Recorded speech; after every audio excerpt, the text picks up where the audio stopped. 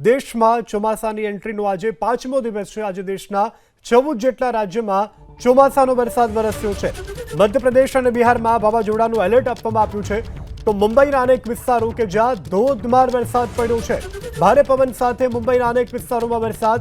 ભારે વરસાદથી મુંબઈમાં વાહન વ્યવહાર પ્રભાવિત થયો છે। ખાસ કરીને મુંબઈના ગરનાળાઓ કે જ્યાં વરસાદી પાણી ભરાયા છે, જેને કારણે શહેરીજનોને પારાવાર મુશ્કેલીનો વારો આવી રહ્યો છે। તો આ મુંબઈના દ્રશ્યોમાં આપણે બતાવી રહ્યા છીએ। મુંબઈના અનેક એવા વિસ્તારો કે જ્યાં અત્યારે જળબંબાકારની સ્થિતિ જોવા મળી રહી છે। ભારે પવન સાથે મુંબઈના અનેક એવા વિસ્તારો કે જ્યાં અત્યારે મેઘરાજા તોફાની બેટિંગ કરી રહ્યા છે। માયાનગરી તરીકે ઓળખાતી મુંબઈ કે જે અત્યારે ચોતરફ પાણીથી અત્યારે ઢંકાયેલી નજરે પડી રહી છે। મુંબઈના અનેક એવા વિસ્તારો કે જ્યાં પાણી ભરાયા છે, જેને કારણે રાહદારીઓ વાહન ચાલકોને પારાવાર મુશ્કેલીનો સામનો કરવો પડી રહ્યો છે। તો આજે દેશના 14 જેટલા અલગ અલગ રાજ્યોમાં ચોમાસાના વરસાદની શરૂઆત થઈ ચૂકી છે।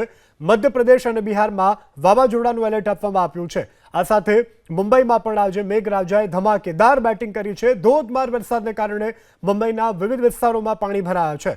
લોકોને દિવસે પણ પોતાના વ્હીકલની હેડલાઇટ ચાલુ રાખી અને રસ્તા ઉપરથી પસાર થવાની ફરજ પડી, કારણ કે ધોધમાર વરસાદ વરસ્યો છે। રોડ રસ્તા પાણી થયા છે।